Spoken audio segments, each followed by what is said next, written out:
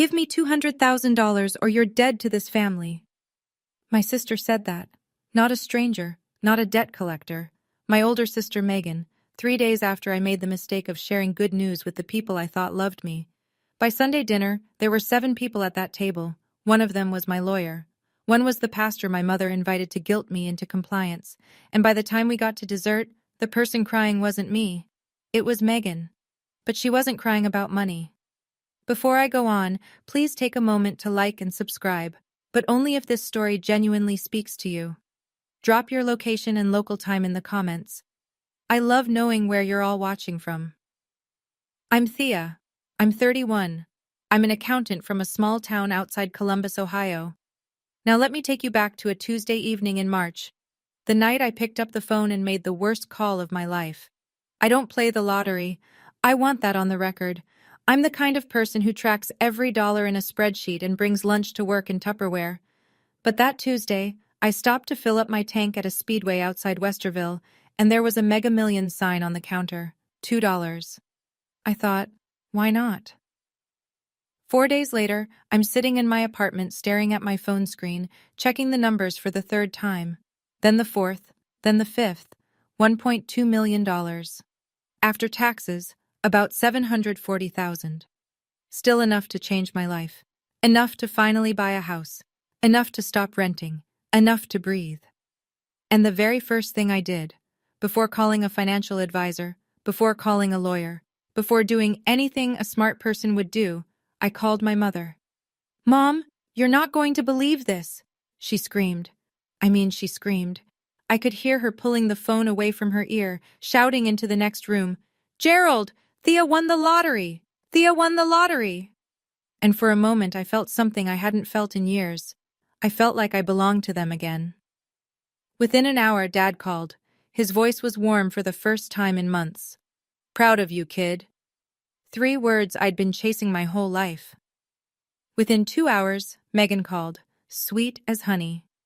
"Oh my God, Thea, I'm so happy for you. We should celebrate. We should do a family dinner." Then she asked a question that seemed harmless at the time.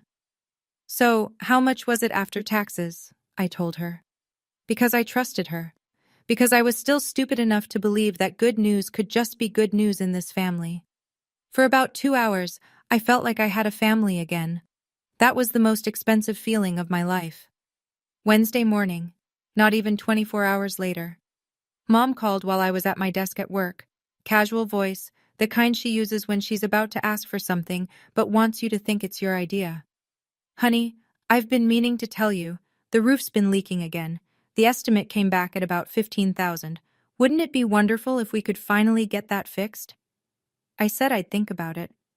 Thursday, Dad called. No small talk. No "how are you?" Just, "You know what your mother and I sacrificed. I worked double shifts so you could go to college." Here's the thing about that statement. It's not true. My father did work double shifts, but that money went to bills, to Megan's cheerleading gear, to a boat he sold 3 years later at a loss. My college was paid for with federal loans. Loans I'm still paying off at 31, but I didn't say that, not yet. Thursday night. Megan called again. The honey was gone. "Thea, I need $200,000. Todd and I are drowning. The credit cards, the mortgage, it's bad. You have the money. This is what family does." 200,000 out of 740. More than a quarter of everything I had. I told her I needed time to think. "What's there to think about?" I opened my mouth to answer, but she cut me off. "If you say no, don't bother showing up Sunday." She hung up. I sat in my apartment, lights off, phone still in my hand. 3 days ago, I was nobody to these people. I got one check, and suddenly the whole family had a claim on my life. I just didn't know yet how organized that claim was about to get. Friday morning, my phone buzzed with a text from a number I hadn't seen in months. Pastor David Patterson from Mom's church. "Thea, your mother reached out to me. She's concerned about you. Generosity is a blessing. I hope you'll pray on this. Call me anytime." So Mom had gone to the church. Of course she had. That's Donna Andrews' playbook. When guilt doesn't work at home, take it public. But that wasn't the worst part. Megan had been busy too. I started getting texts from extended family. People who normally only contacted me at Christmas. Aunt Diane. Hey, sweetie, Megan called. Everything okay? Uncle Bob. Heard there's some tension. Family's everything, Thea. And then, the one that actually made me sit down on the bathroom floor at work. Grandma Ruth, 81 years old. The woman who taught me to bake pies when I was 9. Her text read, I'm disappointed in you, sweetheart. Megan had gotten to her. Megan had called every single person in the family and told her version, the version where I was the villain. I checked my phone again, a notification from Facebook. Megan had posted in our family group, Pray for our family. Some people forget what blood means when money shows up. 14 reactions, 8 comments, all supportive of Megan. Then I thought about something practical, something that made my hands shake. I co-signed Dad's truck loan 2 years ago. If he stopped making payments, my credit score tanks. I can't buy a house with wrecked credit. Mom's savings account, the one I'm listed on as a co-holder from 2019 when she needed help setting it up. She can access that anytime.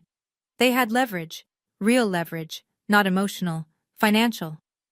That night, I opened my laptop and started doing something I hadn't told anyone about yet.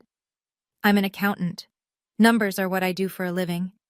But somehow, in all the years I'd been quietly helping my family, I had never once added it all up. I opened a blank spreadsheet that Friday night, pulled up my bank statements going back to 2017, cross-referenced Venmo transfers, wire receipts, canceled checks. It took me 4 hours. March 2019, $30,000 wired to Megan Andrews Cole. She and Todd had separated for the first time. She needed rent, a deposit, groceries, a lawyer consult. I covered all of it. Her exact text at the time, I'll pay you back when I get back on my feet, I swear. I still had the message saved. She never paid back a cent. June 2021, $18,000 for a 2017 Ford F-150. Dad's old truck broke down, and he couldn't get approved for a loan on his own. I bought it outright. When I handed him the keys, he said, We'll figure it out. There was nothing to figure out. He just never brought it up again. That truck is still parked in his driveway. January 2022, $22,000 for Mom's knee surgery. Insurance covered part of it, but not enough. I paid the rest directly to the hospital. When I mentioned it once, she said, That's what daughters do. October 2023, $17,000 in rent for Megan's apartment. She and Todd had separated again. 6 months I covered. She came back to Todd in April 2024 and never mentioned the money. I stared at the bottom of the spreadsheet. $87,000. $87,000. I'd never seen it as one number before. I'd always thought of each one as a separate thing, a favor here, a gift there. But sitting in my apartment at midnight, looking at that total, something shifted in me. I wasn't angry, not yet. I was just awake. I spent Saturday morning running the math on what happens if I do nothing. If I give Megan $200,000, I lose more than a quarter of my after-tax winnings. The house I've been saving for disappears. I go back to renting, back to Tupperware lunches, back to watching my bank account like a heart monitor. And Megan learns, for the 5th time, that screaming loud enough works. If I stay silent and refuse, Megan controls the narrative. She's already turned Grandma Ruth. She's already got the church involved.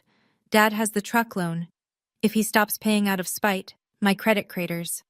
Mom has access to that joint savings account. They can squeeze me without ever raising their voices. But those were the financial calculations. The real math happened at 2:14 p.m. on Saturday, when my phone rang and the screen showed Megan's number. It wasn't Megan. Auntie Thea? A small voice, shaking. Mommy says you don't love us anymore. Is that true? Lily, 7 years old, the kid I take to the zoo every spring, the kid who made me a card last Christmas that said, Best aunt in the world, because she hadn't learned to spell aunt yet. Megan had put her daughter on the phone, or Megan had said those words in front of her daughter knowing she would call. Either way, she used a 7-year-old child as a weapon. Lily, honey, I love you. That will never change. Then why is Mommy crying? I closed my eyes. Something in me shifted past the point of repair. You can take my money. You can call me selfish to every person in this town, but you don't get to use a 7-year-old to break me. That is the line. I picked up the phone, called Rachel Whitfield, my college roommate, family law attorney.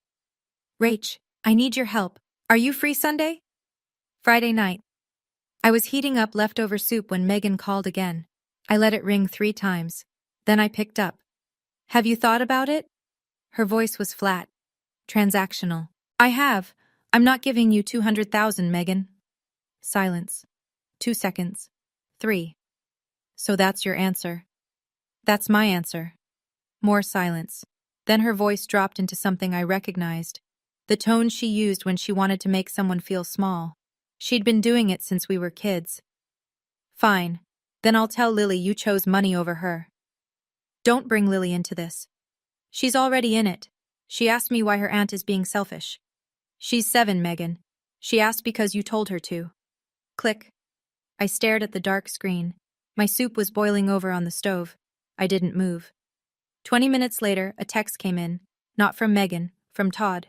6 words. I'm sorry about all this. I read it twice. Todd had never texted me directly. Not once in the 7 years he'd been married to my sister. He'd always been background, the guy who loaded the dishwasher at Thanksgiving while Megan held court at the table. The guy who nodded when Megan talked and disappeared into the garage when she didn't. But here he was.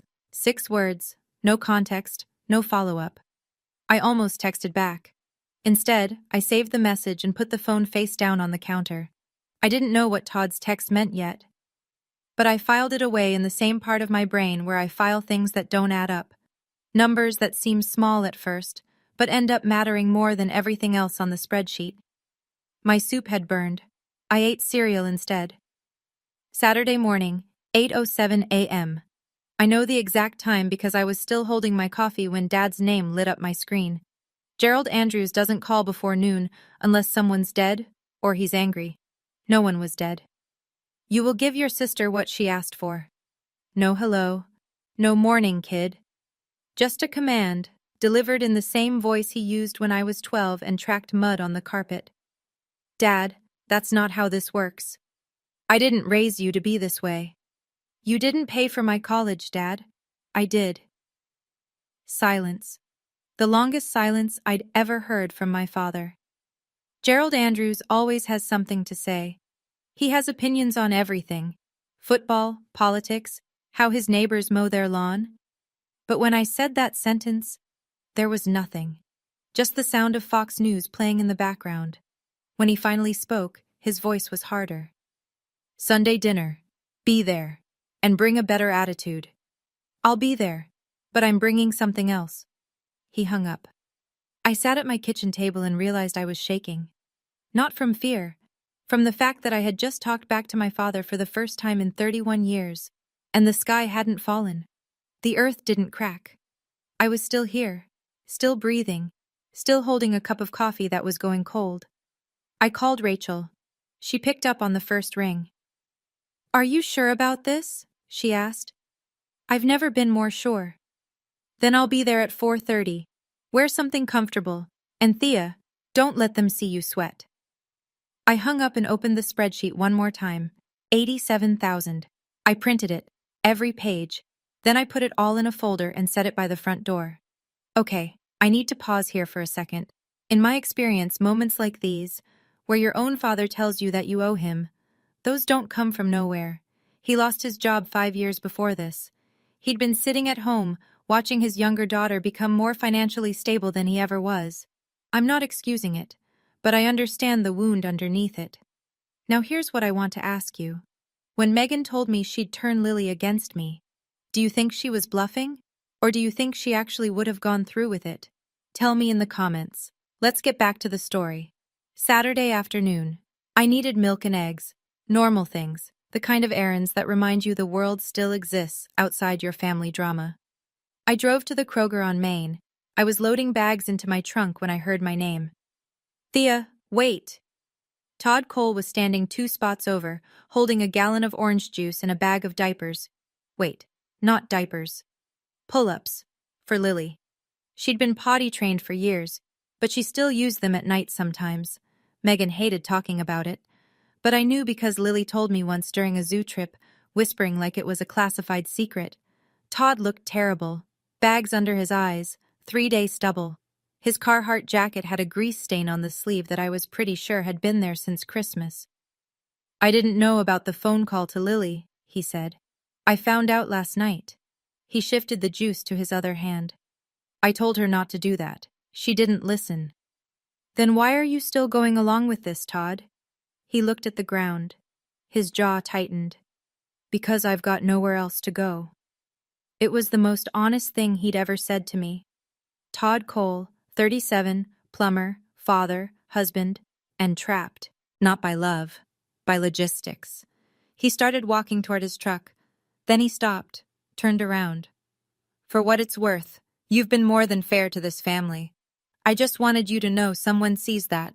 He climbed into his truck and pulled out of the lot.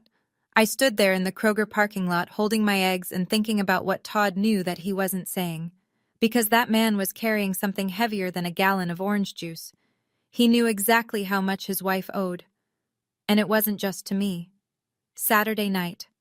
I was sitting on my couch with the folder on the coffee table, going through the printouts one more time, when my phone buzzed. Aunt Diane. I braced myself. Megan had called her. This was probably the next wave. Megan called me yesterday, Diane said, told me you're refusing to help the family. Diane, I didn't call to lecture you, sweetheart. I stopped. Diane Andrews is 54. She teaches 4th grade at Millbrook Elementary.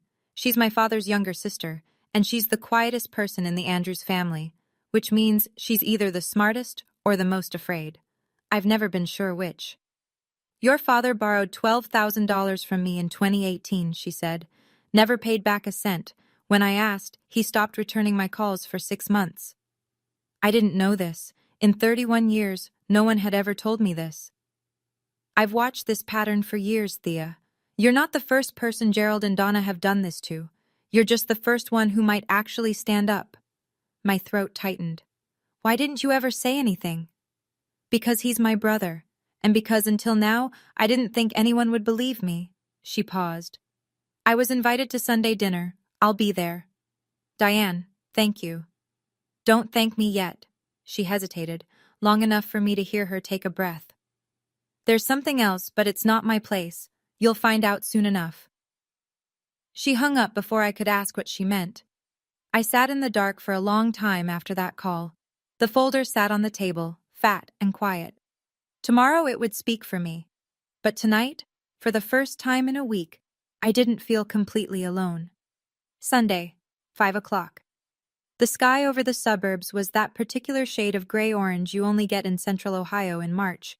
Like the weather can't decide if it's winter or spring, so it splits the difference and gives you nothing. Rachel pulled into my apartment complex at 4:30 sharp. Black blazer, leather satchel, low heels. She looked like she was walking into a deposition, not a pot roast dinner. You ready? She asked. No, let's go. We took my car. 15-minute drive, past the speedway where I bought the ticket, past Millbrook Elementary where Diane teaches, past the church where Pastor Patterson was probably finishing his Saturday sermon prep. Dad's house is a single-story brick ranch on a quarter-acre lot. White aluminum siding, a basketball hoop from 1998 still bolted above the garage, net gone. The lawn was patchy and brown. Gerald Andrews has never been a yard man. 3 cars already in the driveway. Pastor Patterson's gray Buick, Diane's Subaru, Megan and Todd's minivan, and there, parked right in front, the 2017 Ford F-150 I bought for $18,000. Blue, chrome bumper, mud on the wheel wells. I picked up the folder from the back seat. Rachel grabbed her satchel. Mom opened the front door before we knocked. She was wearing her good blouse, the one with the little flowers she saves for church. Her eyes went straight to Rachel. Who's this? This is Rachel, my friend. She's joining us for dinner. Donna's smile thinned. We didn't set a place for... Then we'll add a chair. I stepped inside. The house smelled like pot roast and potatoes. Fox News murmured from the living room. The dining table was already set. 7 places, carefully arranged.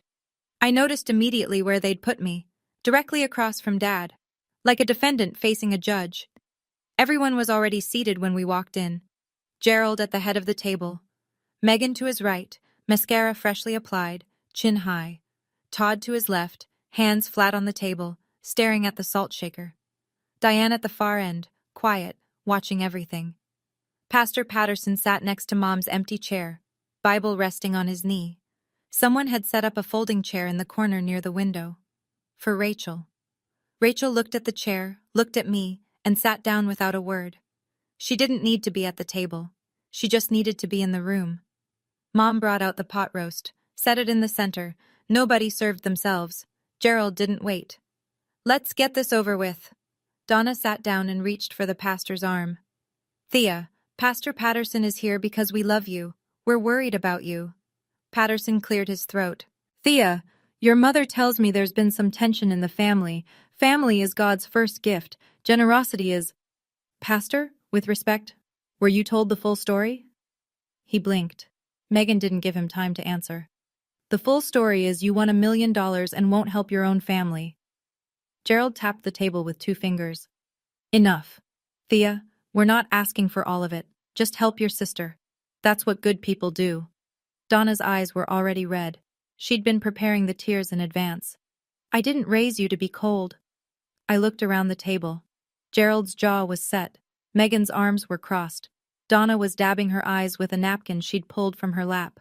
Patterson looked uncomfortable. Diane hadn't moved. I didn't say anything. Not yet. Instead, I reached down, picked up the folder, and set it on the table between the pot roast and the bread basket. Every eye in the room landed on it. The folder was plain brown, letter-sized, about 1/4 inch thick. It sat there next to the bread basket like a landmine disguised as a tax return. Before I open this, I said, I have one question. Nobody spoke. The pot roast was steaming. Fox News droned from the other room. Somewhere outside, a dog barked. I looked at Megan. How much do you think you've ever given me? Her eyebrows pulled together. What? In 31 years, how much money have you ever given me? A dollar amount. That's not the point, Thea. It's exactly the point. I turned to Gerald. Dad, same question. How much have you given me financially since I turned 18? He straightened in his chair. The vein in his temple that I've known my whole life, the one that shows up when he's cornered, pulsed once. We gave you a roof. We gave you food. We gave you life. I moved out at 18. I've been paying my own way since then. Loans, rent, everything. Donna's hand went to her chest. You're keeping score? Is that what this is? After everything we've done for you? I looked at my mother, the woman who used to braid my hair before school, who stayed up late making my Halloween costumes when I was little, who once, when I was 8, drove 30 miles to bring my forgotten science project to school. I love her. I want you to know that. I love her even now. No, Mom, I never kept score, but you forced me to count. I opened the folder. The room went silent in a way I'd never experienced in this house. This was a family that filled every second with noise, arguments, football games, opinions about the neighbors. But when those pages came out, the only sound was the creak of paper against paper. The first page was a printout of a bank wire confirmation, dated March 14, 2019, $30,000, sent from my account to Megan Andrews Cole. I read it the way I'd read a financial statement at work, calm, precise, no emotion. March 2019, $30,000 wired to Megan. Purpose, rent, security deposit, groceries, and a legal consultation during her first separation from Todd. Megan's chin lifted. That was a gift. I pulled the second page, a screenshot of a text message, the date and timestamp clearly visible. Megan's exact text, March 16, 2019. I'll pay you back when I get back on my feet, I swear. You never paid back a cent. Rachel stood from her folding chair, walked over, and placed a copy of the printout in front of Pastor Patterson. He looked at it the way a man looks at a letter he didn't expect to receive. I continued. October 2023, $17,000, 6 months rent for Megan's apartment, her second separation from Todd. Megan's face was changing. The defiance was still there, but something underneath it was shifting. The first crack in the wall. That was different. I was in a bad place. I know you were. And I helped. Your text from that period, here on page 4, reads, I promise I'll make it up to you. You didn't. I set the pages down and looked at Pastor Patterson. He was reading the printout Rachel had given him, glasses low on his nose. He looked up at Donna, then back at the page. I watched his face carefully. This was a man who had walked into this house 40 minutes ago, believing he was there to counsel a selfish daughter. He was now reading proof that the story he'd been told was missing about 60 pages. He didn't say anything yet, but his jaw tightened. I turned to the next section of the folder. June 2021, $18,000. A 2017 Ford F-150 for Gerald Andrews. I looked at my father. He was gripping the edge of the table with both hands. Dad, have you made a single payment back? He didn't answer. The vein in his temple was throbbing again. The truck, his truck, the one he drove to the hardware store, and the barber and the VFW haul every week, was sitting right outside in the driveway. Everyone at the table could see it through the window. I moved to the next page. January 2022, $22,000, mom's knee surgery. Insurance covered a portion. I paid the remaining balance directly to the hospital. Donna's face crumpled. I'm your mother. That's what children do. Then what do parents do, Mom? No answer. Just the sound of Donna folding and unfolding her napkin. Total across 8 years. I laid the final summary page flat on the table. The number was printed in bold at the bottom. Simple, clean, no commentary. $87,000. That is what this family owes me, not the other way around. I closed the folder, didn't slam it, didn't raise my voice, just pressed the cover shut and set my hands flat on either side of it. Diane spoke first. She'd been silent for the entire dinner, and when her voice came, it cut through the room like cold air through an open door. $87,000, Gerald. She looked at her brother. And you're sitting here demanding more? Gerald's eyes snapped to Diane. For a moment I thought he was going to shout, but he didn't. He just looked at her, his little sister, and for the first time I saw something in my father's face that I'd never seen before. He looked caught. Pastor Patterson took off his glasses, set them on the table next to the printout, rubbed the bridge of his nose. He'd been quiet for the entire reveal. I could feel the room waiting for him, Donna especially. She'd invited him here as her final weapon, the moral authority, the man who could make me feel small enough to open my wallet. Donna. His voice was calm, careful, but firm. When you asked me to come tonight, you told me Thea was being selfish with her money. You didn't tell me any of this. Mom reached for his arm. Pastor, it's more complicated than... It looks pretty clear to me.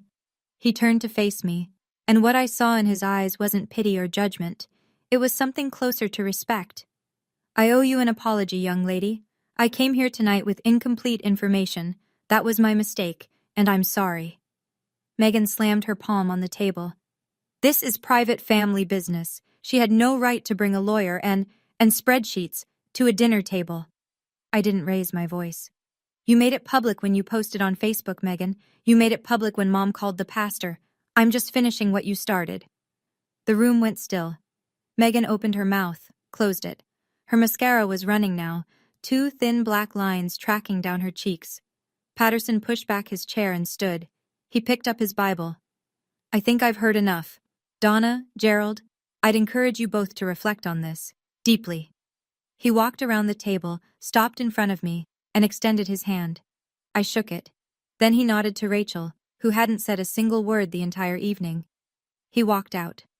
The front door clicked shut behind him, and the room exhaled. The pot roast had gone cold. No one had touched the food. The bread basket sat untouched next to the folder like a still life someone would paint and title American Family March. I waited until the sound of Patterson's car engine faded from the driveway. Then I spoke. I'm not asking anyone to pay me back. I'm not here for revenge, but I need everyone at this table to hear what happens next. Gerald's eyes were on the window. Donna was gripping her napkin with both hands. Megan was wiping mascara with the back of her wrist. Todd was staring at the salt shaker again. 1. I'm removing my name from Mom's savings account tomorrow morning. Donna flinched. 2. I'm refinancing the cosign on Dad's truck. If the bank approves it, my name comes off. If not, I'll give you 90 days to find a new co-signer. Gerald didn't move. 3. There will be no more loans, no more gifts disguised as obligations. If anyone in this family needs financial help, we discuss it like adults, not with guilt, not with pastors, not with threats. I paused. Let the silence do the work. And 4. I looked directly at Megan. If you ever use Lily against me again, ever, you won't hear from me. Not because I don't love her, because she deserves better than being someone's weapon. Megan's lower lip trembled, but she didn't speak. Rachel sat in the corner, hands folded in her lap. She hadn't opened her satchel, hadn't produced a single document, hadn't said one word the entire night. She didn't need to. Her presence alone, a lawyer, sitting in the room, hearing everything, was the quietest and heaviest thing at that table. I'm not here because I hate this family. I'm here because this is the last time I sit at a table where loving someone means letting them take from me. Gerald pushed his chair back.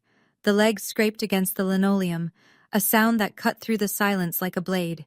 He stood up, didn't look at me, didn't look at Diane, didn't look at anyone. He just walked to the hallway, turned left into the master bedroom, and closed the door. No shouting, no parting shot. Just the quiet click of a door from a man who had run out of arguments and didn't have the vocabulary for anything else. Donna stood and followed him. Gerald. The bedroom door stayed shut. Mom stood in the hallway for a few seconds, hand on the doorknob. Then she turned and went to the kitchen.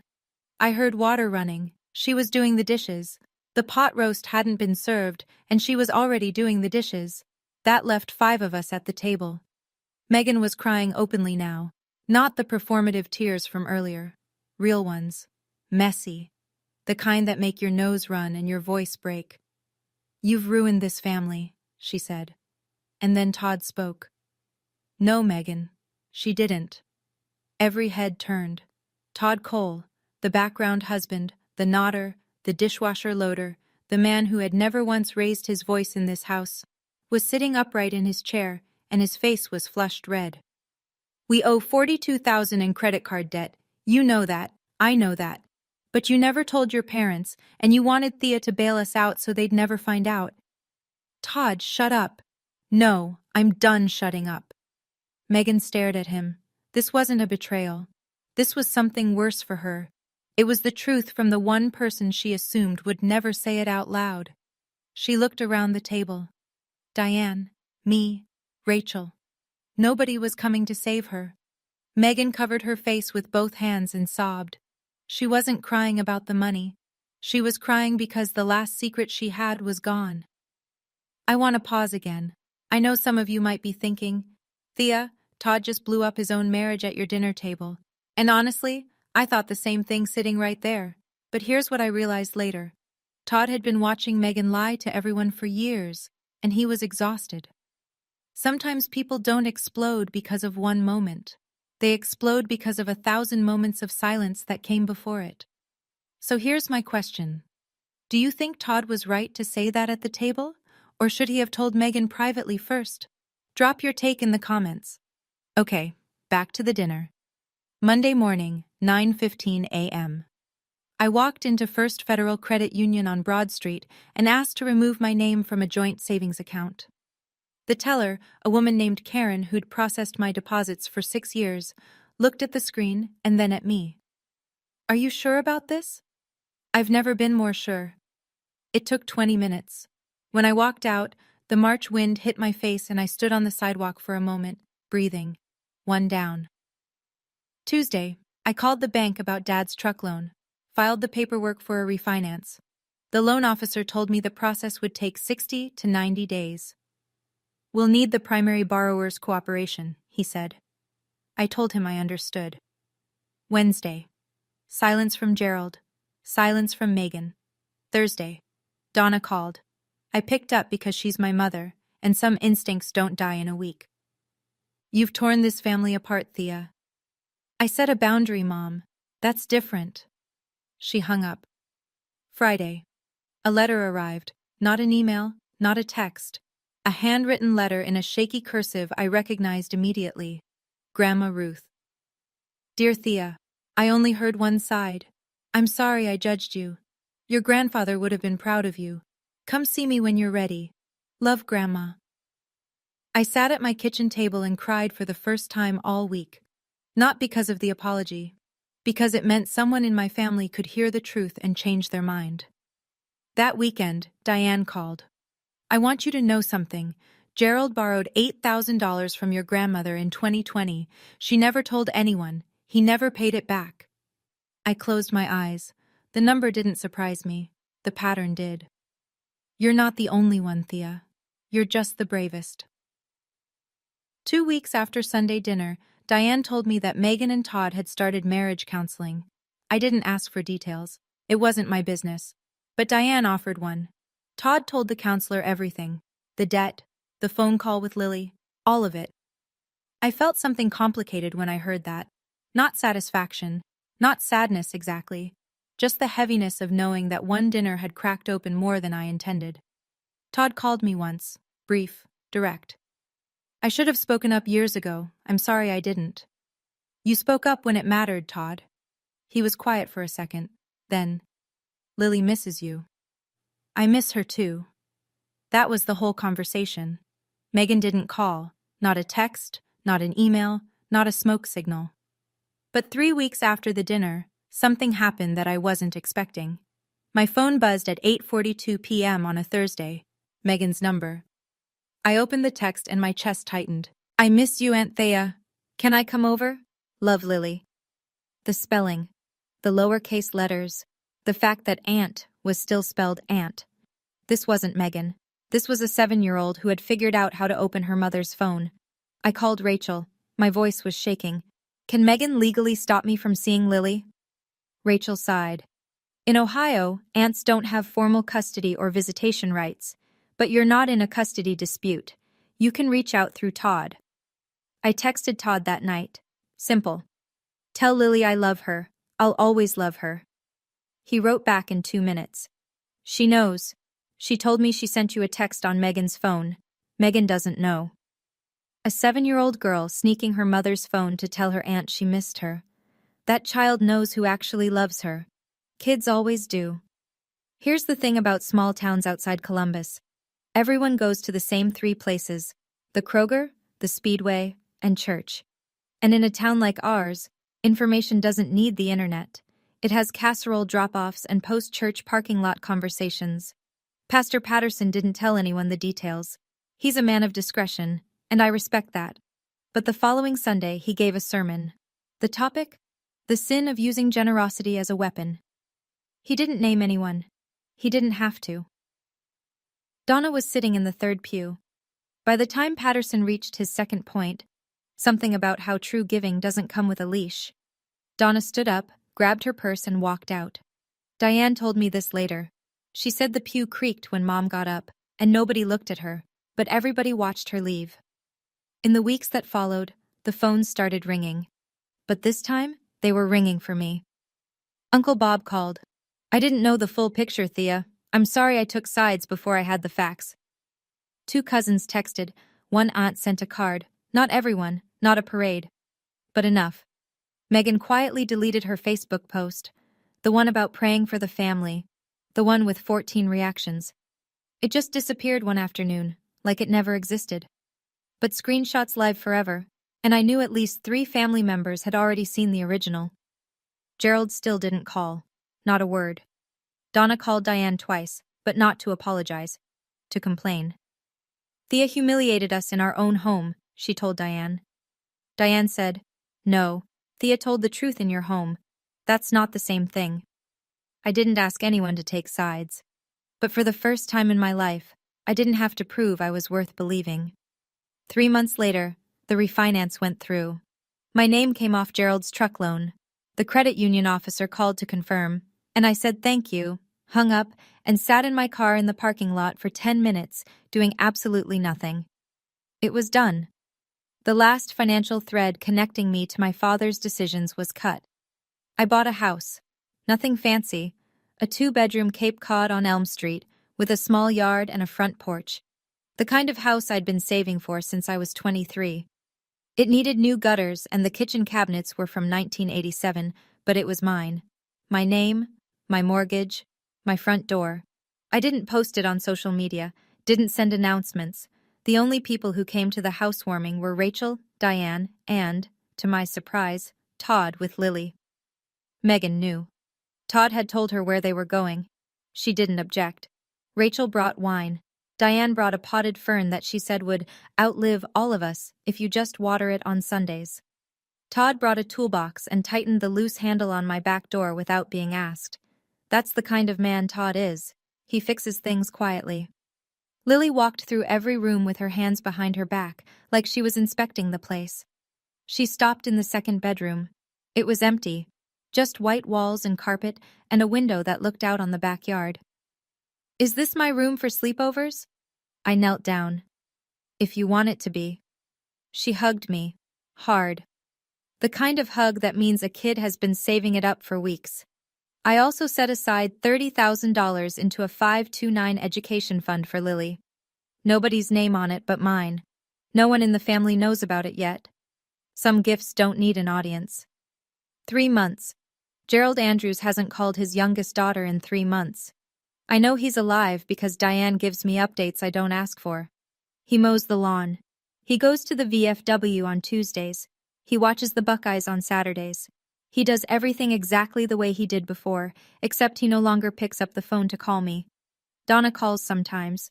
Every conversation follows the same pattern.